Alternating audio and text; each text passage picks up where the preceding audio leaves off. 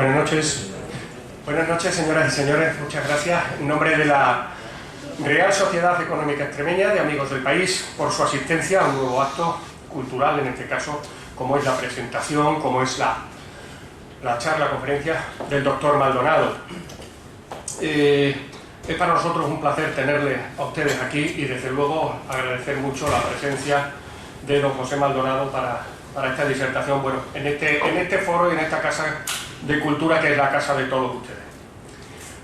Tenemos hoy al profesor doctor don José Maldonado Escribano, que es natural de La Coronada, Badajoz, donde nació en 1979, es profesor en la Universidad de Extremadura y en la Facultad de Educación de Badajoz, pertenece al Departamento de Historia del Arte. Es doctor en Historia del Arte con la tesis doctoral titulada Arquitectura residencial en las dehesas de la Baja Extremadura, dirigida por el profesor don Antonio Navareño Mateo y calificada con la máxima puntuación. Máster en Desarrollo Local Sostenible por la Universidad de Extremadura. Ha participado en proyectos de investigación a nivel nacional y ahora forma parte de los grupos Arte y Patrimonio Moderno y Contemporáneo y Unidad de Investigación del Arte Contemporáneo. Ha trabajado como técnico para la Junta de Extremadura en el inventario de arquitectura vernácula de nuestra comunidad. Ha escrito varios libros sobre arquitectura rural, arquitectura residencial en las dehesas de la Serena de Badajoz, Vivir en el campo extremeño, Cortijos y casas de labor en Don Benito, El cortijo en la tierra de Badajoz, Arquitectura vernácula dispersa en la comarca de la Tierra de Mérida de Baja, Cortijos y casas de campo. Además, ha publicado numerosos artículos en revistas especializadas, ha impartido conferencias y comunicaciones en congresos nacionales e internacionales y ha recibido reconocidos premios de investigación. Y además es amigo de la casa, conocido desde mucho tiempo, sabemos que ha hecho una labor investigadora extraordinaria en su publicación, porque además se ha pateado, es un gran conocedor, por supuesto, como ven por el título de las obras, y como vamos a ver luego en algunas de las fotografías de la presentación, como ven, se ha pateado, un verdadero conocedor, no ya de la historia del arte, que es las calificaciones que ha tenido a lo largo de sus estudios acreditan, sino que además es un hombre que ha visto el arte y el patrimonio a pie de campo, pateando y recorriendo por toda la geografía extremeña y rescatando esa desconocida, en muchísimos casos, desconocida para muchos, esa riqueza patrimonial que tenemos. A él le debemos el que muchas de estas piezas puedan recuperarse o puedan ponerse en valor, o quizá mucha gente llegue a saber de la importancia de la arquitectura vernácula, de esas piezas que tenían ahí olvidadas en los pueblos de Extremadura.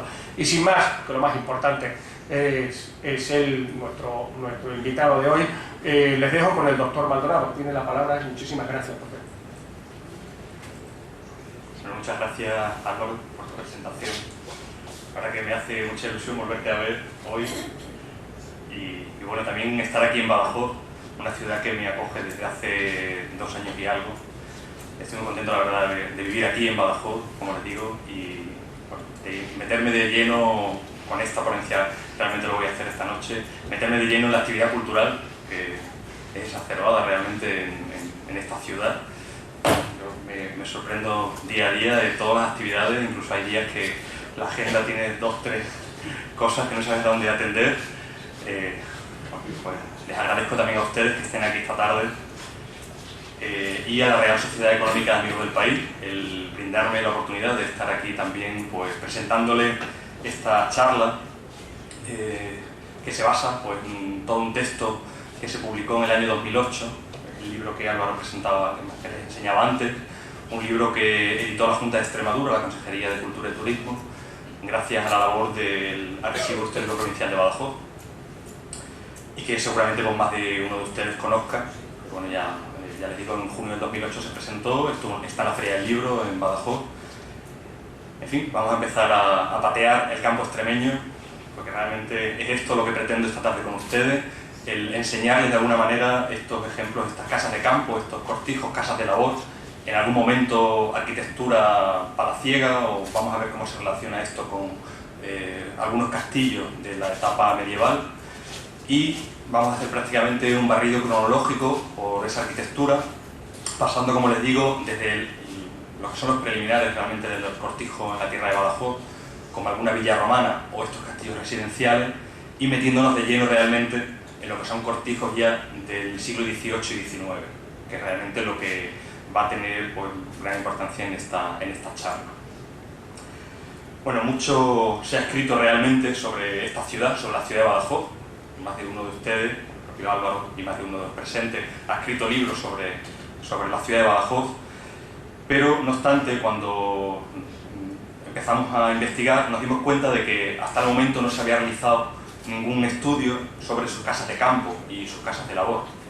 Don Francisco Pedraja, que todos ustedes conocen, al principio de mi investigación pues me comentó que él, más otros amigos, habían tenido la idea de hacer esto, de llevar a cabo este proyecto de estudio de cortijos y casas de campo en este término, pero se quedó un proyecto. Algunos lo conocieron, lo visitaron, pero no escribieron nada, no publicaron nada. Para que me hizo también bastante ilusión el conocer que aquel proyecto estuvo latente, pero bueno, no llegó a materializarse en ninguna publicación. No obstante, como vamos a comprobar, es un patrimonio rural que de alguna manera completa al realmente profundo patrimonio urbano. Y en algunos casos vamos a ver paralelismo de esta arquitectura, ya están viendo aquí algunos de los ejemplos a los que luego me voy a referir, con arquitectura, con edificios situados en la propia ciudad de Badajoz. Nos enfrentamos evidentemente ante el término municipal más amplio de toda la provincia de Badajoz, toda la Baja Extremadura, y evidentemente en el que hemos localizado un mayor número de cortijos.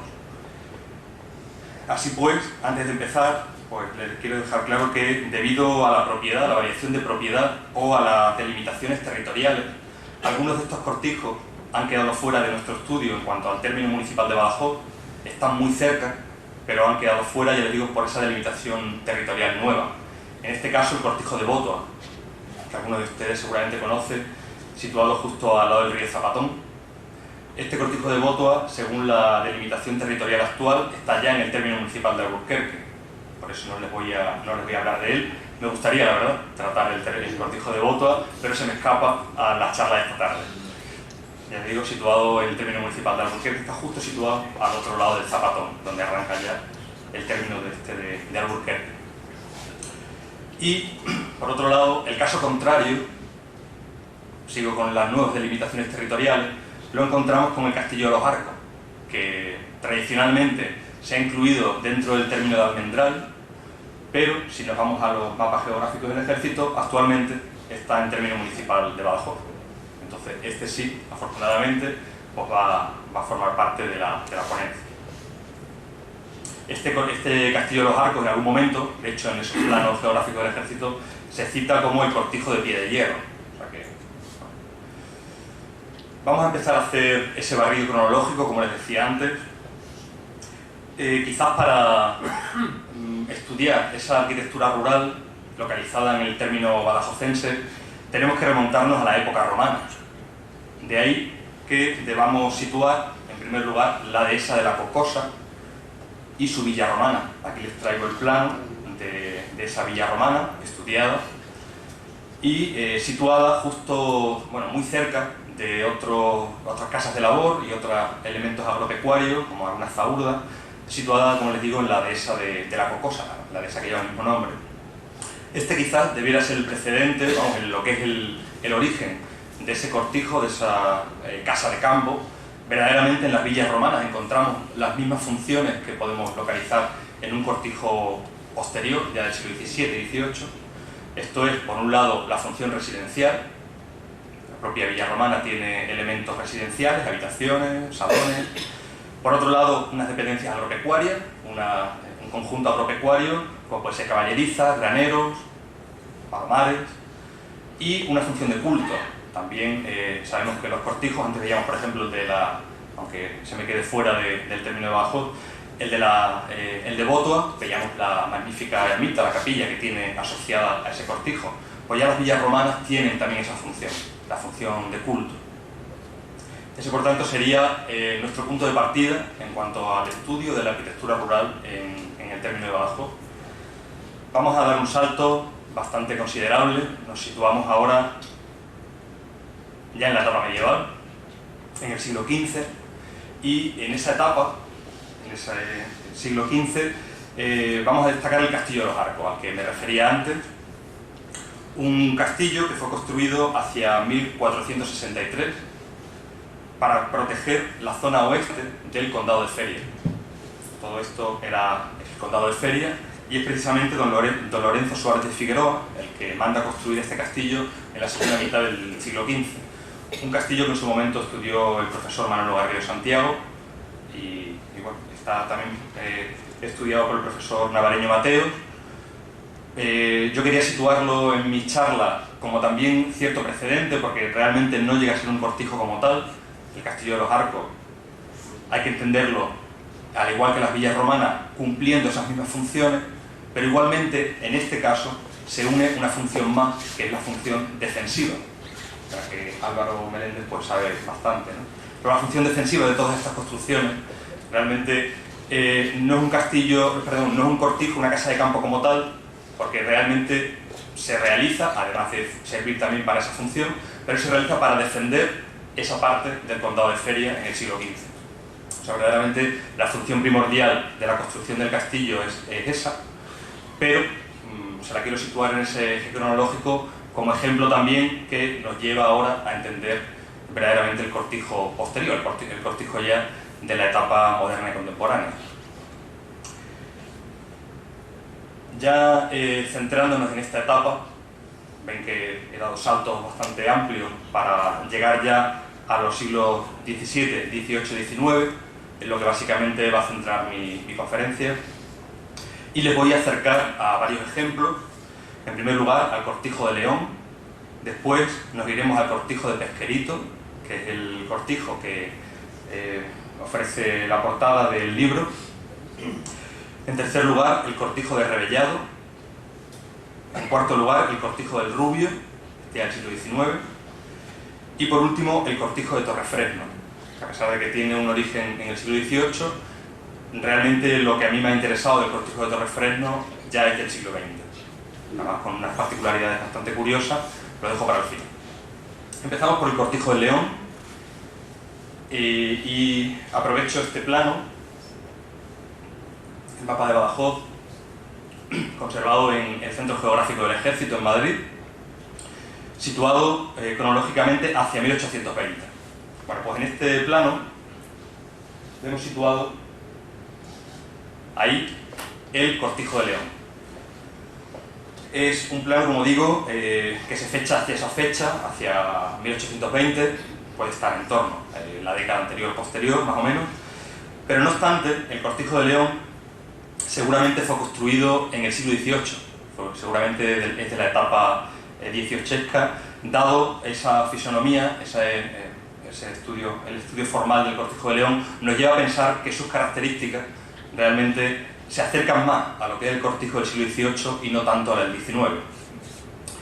Yo he comparado este Cortijo de León con otro ejemplo que algún paisano de la Coronada conocerá, la casa del Marqués de Perales. En aquel momento es un cortijo bastante más señorial, pero tiene particularidades que se cumplen en los dos. Lo más curioso son esos dos bancos horizontales situados justo a los lados de la puerta. Ese elemento, que seguramente pues, ustedes en sus casas de campo actualmente también construyen, porque es un elemento de tradición popular, básicamente el origen lo tiene en el siglo XVIII. Esa casa de la que les hablo, en la Coronada, el Marqués de Perales, realmente es un ejemplo singular en todo esto, porque lo que hace en ese caso es copiar un mobiliario de la corte madrileña. El propio Marqués de Perales vivía en la corte de Madrid, y copia elementos muebles en piedra a ambos lados de la puerta. En este caso vemos que el Cortijo de León cumple de nuevo ese precepto. Eso es un elemento del siglo XVIII, que arranca en el siglo XVIII. Y ya les digo, pues seguramente ustedes pues lo han colocado también en su fachada, en sus pórticos, ¿no? Realmente la función que tiene es pues, sentarte tranquilamente en la puerta a disfrutar del paisaje que tiene enfrente de tu casa de campo, de tu cortijo, ¿no? La estructura de este Cortijo de León es bastante sencilla. Se acerca, como les digo, a ese cortijo del siglo XVIII con una distribución en planta muy regular. y un alargamiento de fachada.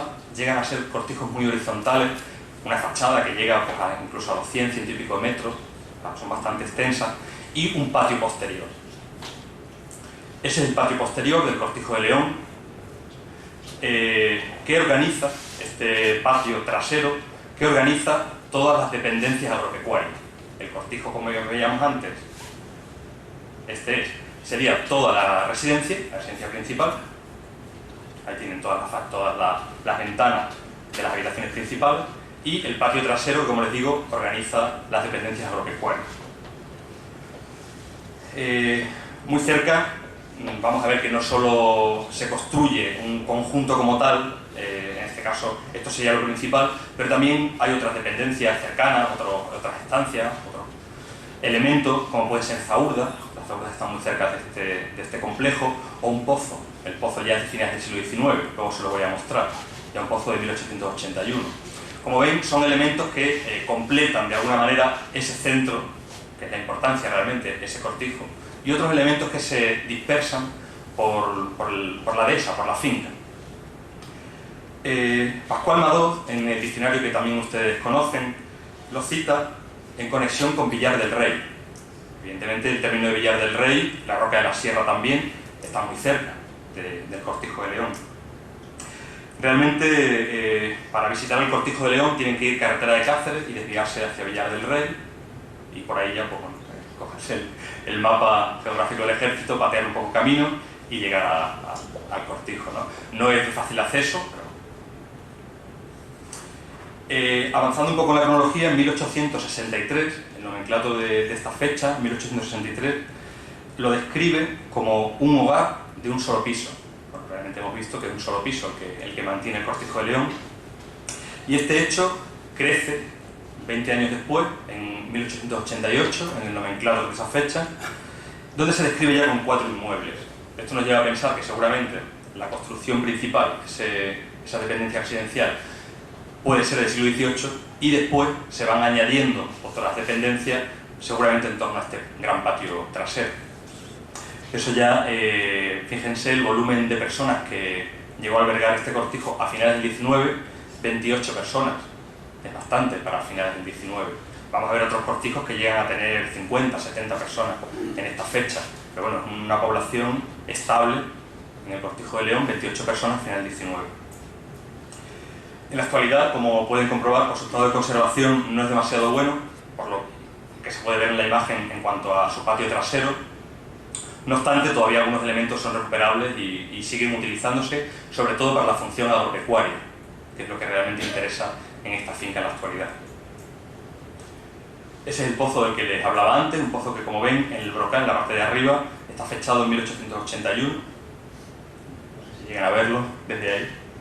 A ver, yo seguramente desde aquí de la mesa lo veo bastante mejor.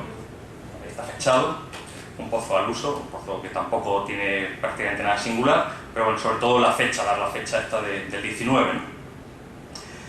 Y como les decía, pues bueno, una explotación que realmente continúa utilizándose en la actualidad, pues desde el punto de vista más agropecuario que residencial. Segundo lugar, vamos al segundo ejemplo, el Cortijo de Pesquerito. Bueno, como les decía, este cortijo es el que presenta la portada del Cortijo en la Tierra de Badajoz, este libro editado por la Junta, y un cortijo, como vamos a ver, tampoco está habitado en la actualidad y continúa también utilizándose desde un punto de vista agropecuario. Bueno, se ubica este cortijo, este es más fácil, incluso a lo mejor alguno de ustedes lo conoce, es muy fácil de ubicar porque se ve cuando vamos de Badajoz a Cáceres, por la carretera, queda yendo a Cáceres a la derecha, hacia el kilómetro 60, si venimos de Cáceres, hacia el kilómetro 40, más o menos, yendo hacia Badajoz, inmediato justo al cruce del río Guerrero, justo cuando el río Guerrero conecta con la ribera del Troya. Es una conexión de estos dos cauces fluviales en esta finca y una aproximación geográfica, esas dos riberas, esos dos cauces, que interesó evidentemente para situar justo ahí el Cortijo de Pesquerito. Es un elemento a tener en cuenta, ese accidente geográfico, esa conexión de los dos cauces. Evidentemente los cortijos necesitan de agua, ¿no? Hoy en día hacemos pozos de sondeo, pero en el siglo XVIII pues, los pozos de sondeo todavía no se conocían, ¿no? Entonces, evidentemente hay que aprovechar esos cauces para la construcción. Y ya les digo, geográficamente, un elemento a tener en cuenta a la hora de construir. Bueno, pues este cortijo de Pesquerito, esta es justo la imagen que ustedes tendrán cuando van a Cáceres, está tomada prácticamente desde la carretera. Bueno, pues este cortijo de Pesquerito, ahí lo tienen situado. Esta es la carretera, bueno, el camino que lleva a Cáceres desde abajo, en 1750, en este mapa. Y ahí tienen situado Pesquerito. Mapa que evidentemente nos sirve para situar el cortijo, ya también en el siglo XVIII. Un mapa que, como ven ahí, bueno, el nombre es un poco más largo, como está catalogado en el Centro Geográfico del Ejército, se cataloga como mapa de la frontera del Reino de Portugal desde Almeida hasta Olivenza. Cuidado para conocer bastante bien todos estos mapas, ¿no? Bueno, pues ahí, en este mapa de la frontera de Portugal, también nos ha servido este mismo mapa para situar otros cortijos. De hecho, aquí los pueden ver. La casa de Don Diego. Bueno, tienen igualmente Nuestra Señora de Botoa, la ermita. Ahí centrado como Altosoro, que es el tesoro o el tesorero. Actualmente la finca se llama conocida como el tesorero, Altosoro. O la Casa del Rey. Es un mapa, bastante singular en ese sentido, porque lo podemos utilizar realmente para situar ya en torno a 1750 pues, todas estas construcciones. El propio Antonio Gaber también, en su mapa de parte de la provincia de Badajoz, también sitúa en torno a esa fecha el mismo cortijo de Pesquerito. Posteriormente, Tomás López, en el mapa que publica en 1766, poco después, la siguiente década, también lo sitúa aquí. Ahí tienen, Pesquerito, camino cerca de la Roca de la Sierra, son términos que están confluyendo con el de Badajoz hacia el norte. Y aquí en el mapa de López, evidentemente sí que es un mapa que es genial en ese sentido, porque es bastante completo. Por irme un poco hacia otros términos, ahí tienen el cortijo de las Tiendas, en Mérida, un cortijo precioso, ¿no? que recupera parte de la villa romana. O el convento de Loriana, que también conocerán los aficionados al senderismo. La ruta de Loriana es una de las más atractivas en ese sentido por esa zona. Bueno, mapas que nos sirven, como pueden comprobar, para situar el cortijo de Pesquerito. Es bastante significativo en este cortijo, en la historia de este cortijo, un documento que es el viaje de Campomanes a Extremadura. Este ministro de Carlos III hace un viaje, como bien conocerán, a Extremadura en 1778, la segunda mitad del 18, para comprobar de alguna manera cómo era la situación en Extremadura en ese momento, y algunas localizaciones rurales las incluye en su visita. El redactor del proyecto de todo ese viaje de 1778 dice lo siguiente, se lo voy a leer textualmente, lo que dice sobre el cortijo de Pesquerito. Dice: cerca del arroyo Guerrero está el cortijo llamado del Pesquerito, que es una dehesa de pasto, labor y monte, propia, esto nos interesa bastante, propia de las monjas de Santa Clara de la villa de Zafra, en que, además del puente, se podría asentar un buen pueblo con utilidad de la Real Hacienda y más seguridad del monasterio en sus productos. Entre otros datos, lo que más me interesa es la propiedad, las monjas de Santa Clara de Zafra. Son las primeras propietarias de la finca en el siglo XVIII y las que mandan construir, evidentemente para su renta. No es esto extraño, hay muchas instituciones religiosas. Aquí el propio convento de Santo Domingo, por ejemplo, tuvo un cortijo, se llama La Jarilla, en Nogales. O sea, la propia catedral también tiene cortijos, tiene casa de labor para sustentar sus rentas. Son las primeras propietarias, como digo, las monjas de Santa Clara del cortijo de Pesquerito. No obstante, esa propiedad de las monjas de Santa Clara en el siglo XVIII varía posteriormente debido a la enajenación de los bienes eclesiásticos de la desamortización, a causa de la desamortización. Y eso le lleva a Pascual Madoz, de nuevo en su diccionario, a incluirlo de la siguiente manera. Cito en este caso a Madoz, ya en el siglo XIX, para que vean cómo varía la propiedad. Dice: cortijo y dehesa en la provincia, partido judicial y término de Badajoz. situado 5 leguas al norte de esta ciudad, en el camino de Cáceres. Tiene gran encinar con tierras de pasto y labor. Era de las monjas de Santa Clara de Zafra y ha sido enajenado. Al pie de sus tapias pasa el arroyo del mismo nombre, que en sus crecidas es un obstáculo para el tránsito de aquel camino. Hasta ahí Pascual Madoz. Por un lado vemos ya el cambio de propiedad, pasa a manos civiles, y por otro me interesa el dato que da al final del puente que hay justo en el camino de Cáceres, porque dice bueno, que el arroyo, en ese sentido, la finca, que el arroyo que antes les había yo a ustedes, les había hablado bastante bien de ese arroyo, pues este Pascual Madoz dice que es quizás un enemigo para el propio Cortijo, porque sufre crecidas y pueden llegar, el arroyo realmente está muy cerca del Cortijo, y pueden llegar a, de alguna manera, a invadir, a inundar, pues prácticamente llegar hasta el Cortijo, ese agua, ¿no? Está alertando de ese elemento.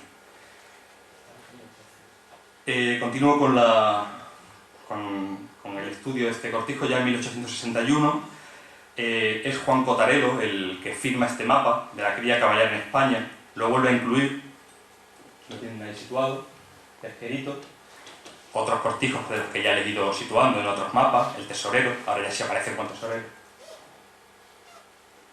Tienen ahí. Bueno, son mapas que van a ir incluyendo, este fechado hacia 1861, en torno a esa fecha. Otro más, el mapa de los principales caminos de Extremadura, este de Don José de Castro, 1862, al año siguiente.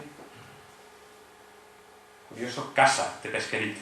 Vamos a ver cómo, antes era solo Pesquerito, para allá es Casa de Pesquerito. Vuelve a situar la casa de Don Diego, otro de los cortijos de aquí de abajo. Y quizás el más interesante, no por la fecha, porque es posterior, 1880, pero sí por cómo lo denomina, Pesquerito Cortijo, diciendo ya no casa, sino cortijo. Es una denominación que no es nueva en el siglo XIX, o sea, la palabra cortijo se utiliza anteriormente, pero bueno, es curioso cómo en este mapa de don Emilio Valverde, 1880, lo sitúa como Pesquerito Cortijo. Es una denominación ya exclusiva. Evidentemente ya estamos avanzando un poco en... Ya les digo, no es exclusivo del 19, ya anteriormente, incluso en el Catastro de Ensenada se utiliza la palabra cortijo, no en Pesquerito, pero sí en otros ejemplos. Pero bueno, es singular que aquí en este mapa de Emilio Valverde se situase. No en muchos ejemplos más, Emilio Valverde llama a una casa de campo cortijo. Bueno, en el nomenclátor de 1863, del que ya lo situé para el anterior ejemplo, este cortijo de Pesquerito se declara como una casa de una planta destinada para la labor, una planta nada más. Vamos a ver cómo luego, evidentemente, hay una ampliación en cuanto a estructura, en cuanto a altura, ¿no? En el 1888, en el nomenclátor de 1888, se registran ya 3 viviendas. No solo una, como en el 63, sino ya 3. Y aquí vivían, en esa fecha, 19 personas. Ella de León 23, aquí 19. En la actualidad, este cortijo de Pesquerito, pues como pueden comprobar prácticamente por las imágenes, se encuentra pues, en un estado también de semejante abandono al de León y únicamente utilizado, pues, prácticamente exclusivamente, como dependencias agropecuarias. Se utiliza este amplio salón, por ejemplo, el salón principal del cortijo de Pesquerito, como aprisco de ganado.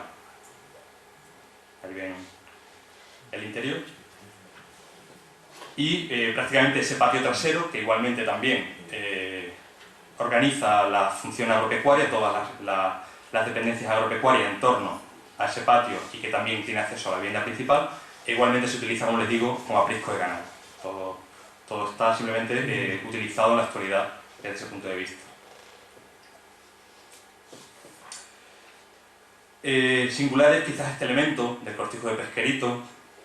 Bueno, les paso la fotografía anterior.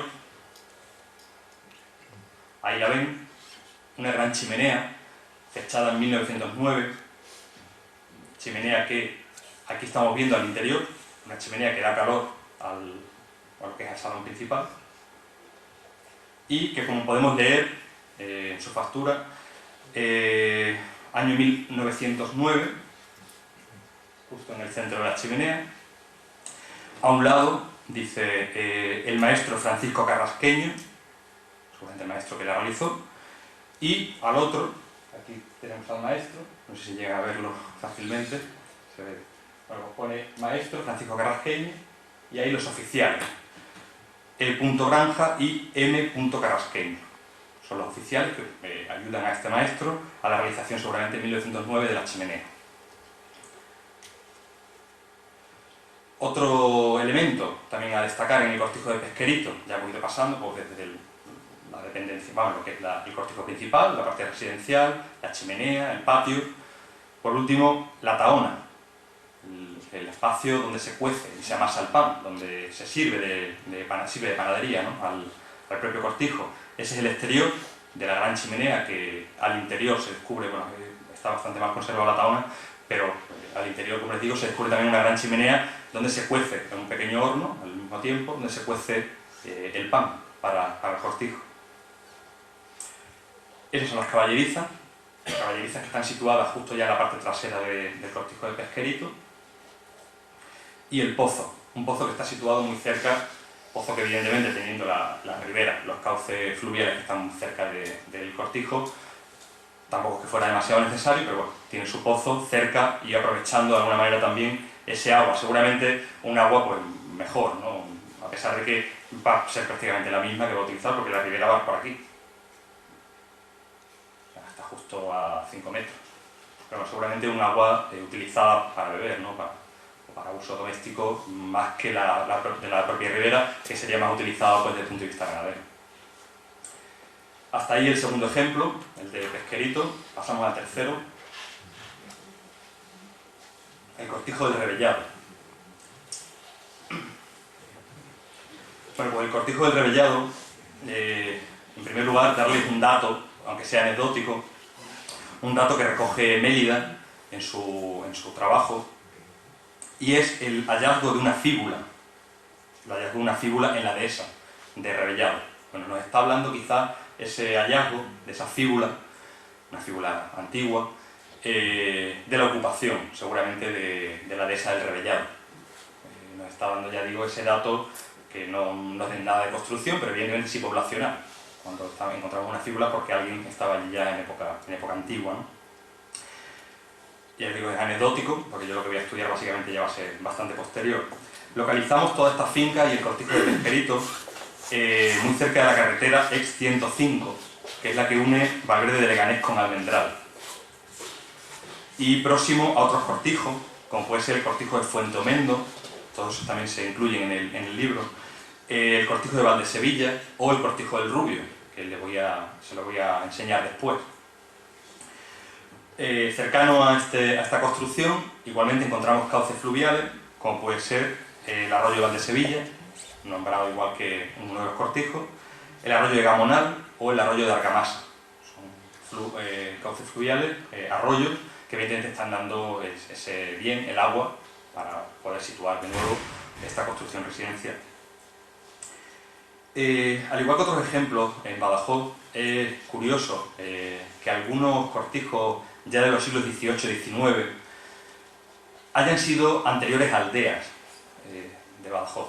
En este caso, la aldea de Rebellado, más de uno está haciéndose con la cabeza porque conocerá el dato, como la aldea de Rebellado no pasa solo en esta finca, pasa en otras más. Ese dato, esa idea de las antiguas aldeas dependientes de Badajoz, que luego van a situar cortijos en su finca o en su cercanía, para estudiar esos datos podemos acercarnos pues, al que se ha conocido seguramente por todos ustedes, que es Solano de Figueroa, cronista del siglo XVII. Solano de Figueroa, cuyo manuscrito se conserva en la catedral, en el archivo de la catedral de Badajoz, publicado después y conocido. Bueno, pues este Solano de Figueroa nos está dando en el siglo XVII el nombre del propietario de la finca. Y también nos está hablando de la antigua aldea de Rebellado, dependiente de Badajoz. En ese momento era don Lope de Oces y Moscoso. No cualquiera, siempre conocido este personaje también, ¿no? Un salto en cronología, en la centuria ya después, en el siglo XVIII, volvemos al mapa de la frontera de Portugal, 1750, y situamos de nuevo ahí, el Revellado, el mismo mapa que le situaba anteriormente. Ahí tiene el Revellado, otros cortijos cercanos, Fuente Omendo y el Castillo de los Arcos, que veíamos al principio de la conferencia. Es un espacio adhesado bastante interesante porque es bastante complejo, hay bastantes ejemplos rurales en torno a todo esto. Vean, el Rubio se va a sumar después a esto, es un cortijo ya del 19, todavía no aparece en este mapa, pero bueno, es un espacio que para todos aquellos que se hayan acercado a la finca, es una finca muy bonita de pasear y bueno, como ven, pues plagada de cortijos.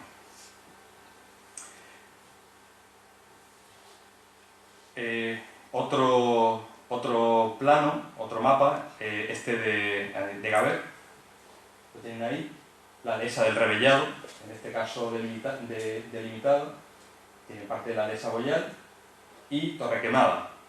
Bueno, pues tienen varias fincas, en este caso Antonio Gaber, también a mediados del 18, las delimita, otro dato más del Revellado.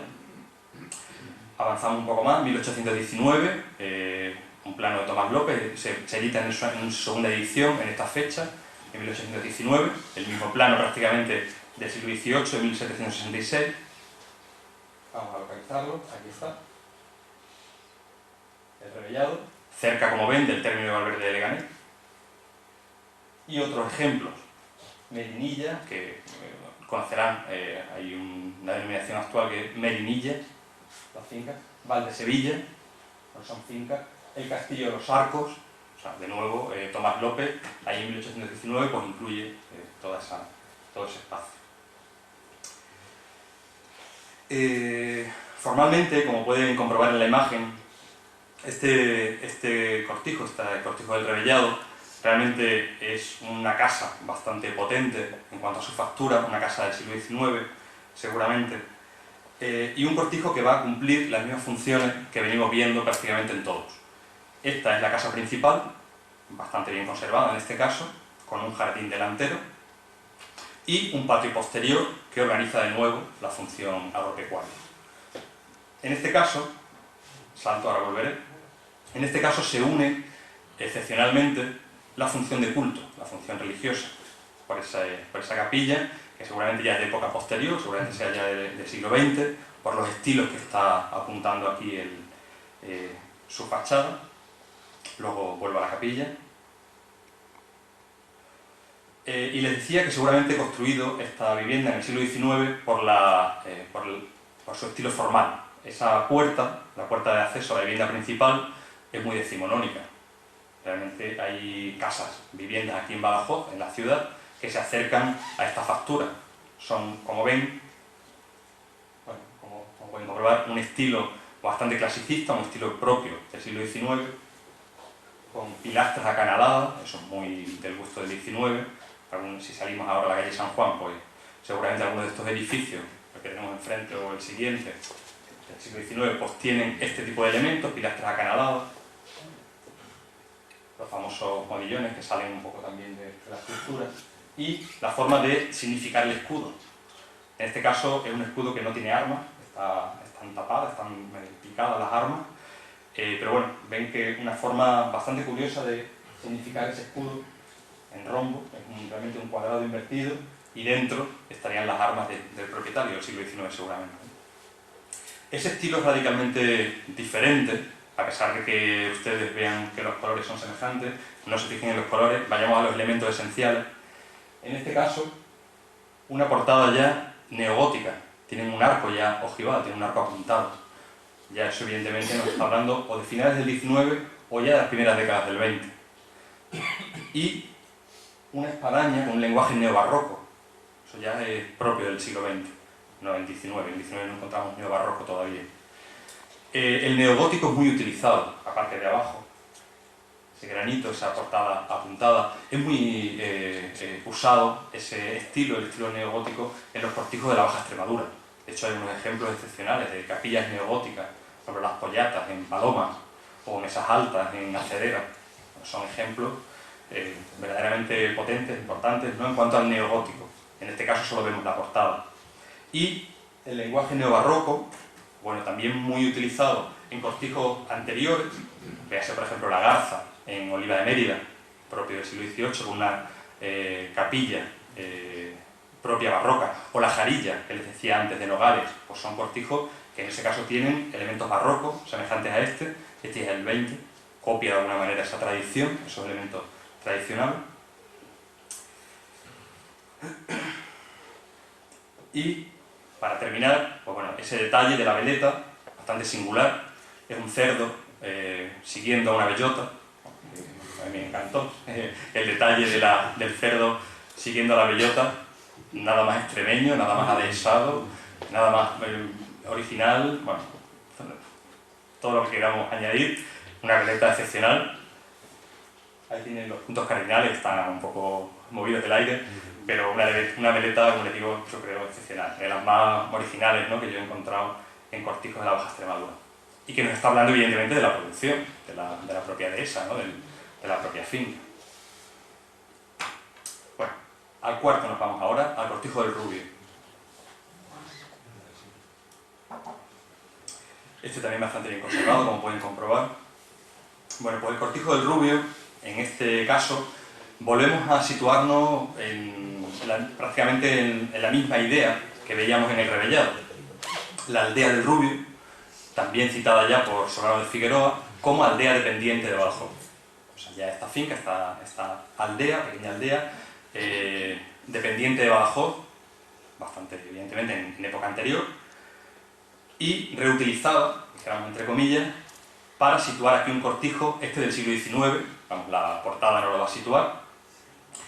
Pues bueno, esa idea, como les digo, se vuelve a conectar de nuevo. Aldea de Badajoz con cortijo ya del XIX.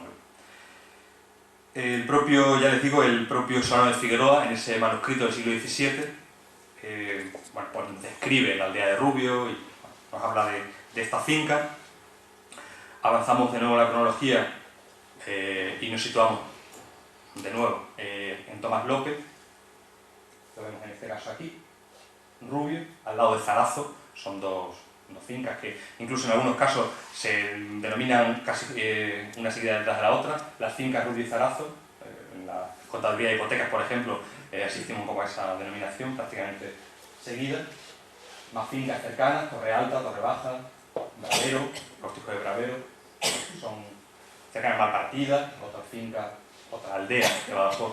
Estamos ahí, por tanto, en un espacio, no me he movido prácticamente del espacio anterior, como vemos, bastante interesante, ¿no? El propio Tomás López nos lo está incluyendo en su mapa. De nuevo, Pascual Madoz también lo incluye en su diccionario, de mediados del siglo XIX, y avanza un poco en la cronología la portada. La portada, que sí que nos significa el año de construcción, 1863. Ahí lo pueden leer. Año 1863, cortijo del Rubio, una portada potente, de entrada a la finca.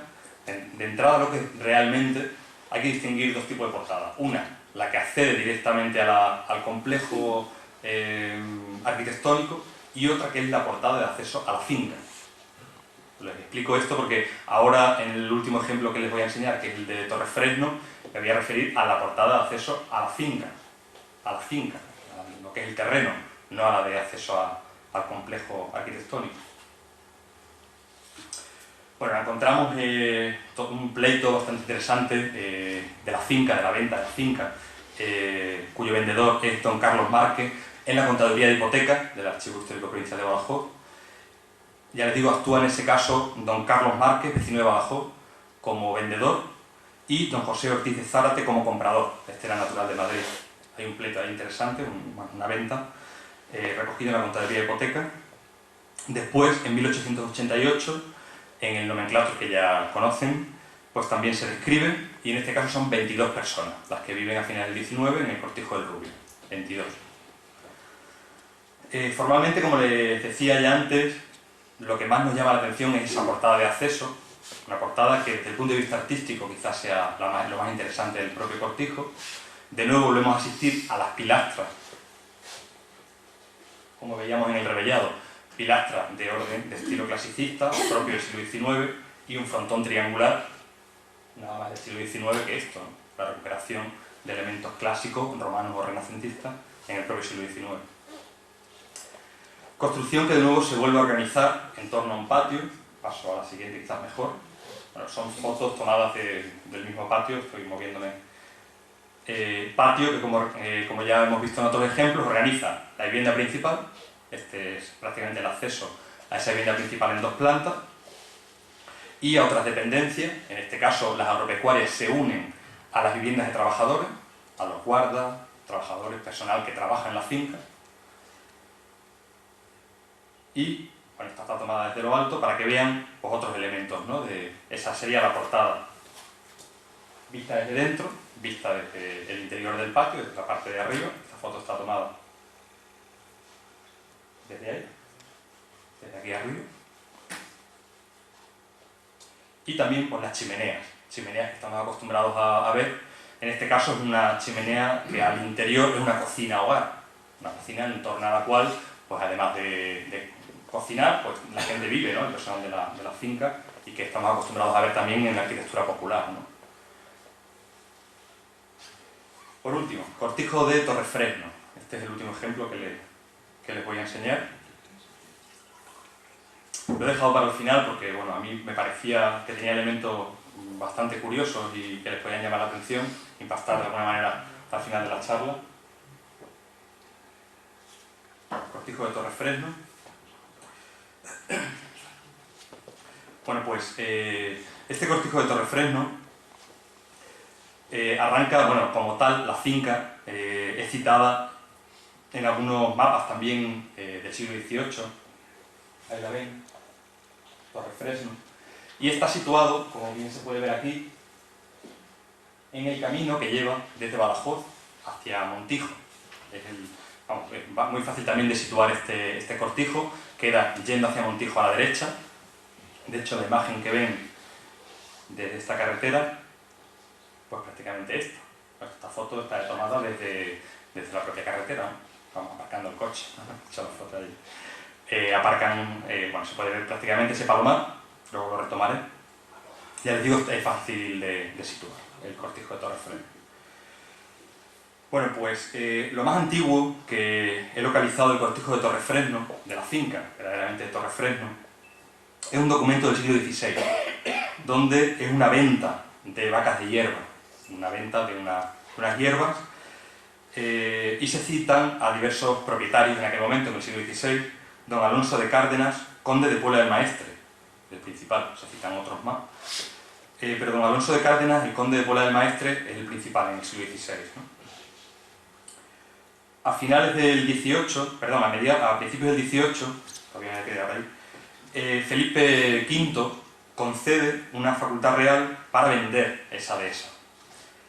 Y todo ese pleito, toda esa documentación, se encuentra en el archivo, en la sección Nobleza del Archivo Histórico Nacional, en Toledo. Toda la venta de la finca, iniciada, bueno, una vez que Felipe V da facultad real para la venta, y es bastante extenso todo el documento. De nuevo volvemos a ver al conde de Puebla del Maestre, con los mayorazgos fundados y tal, por don Alonso de Cárdenas y doña Elvira de Figueroa. Fíjense entre los apellidos que estamos, ¿no? Y se vende a partir de 1701, a principios realmente del siglo XVIII. Realmente la definitiva compra, la carta de compra ya definitiva, fíjense, la compra empezó en 1701, pues la carta definitiva se firma en 1750, 49 años después.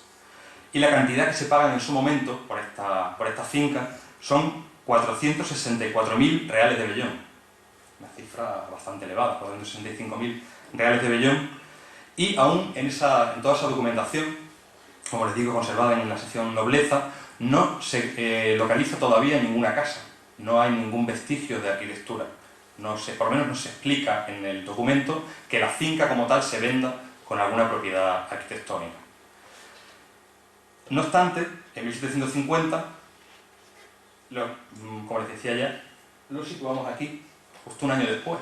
O sea, creo que una vez que se vende la finca, se construye la vivienda por el nuevo propietario. O sea, en 1750 ya estamos viendo situado ahí, en ese mapa de la frontera de Portugal, Torre del Fresno, justo situado en ese camino. O sea que rapidez tuvo que tener, ¿no?, para construir. En ese momento ya le va a pertenecer al conde de la Torre del Fresno.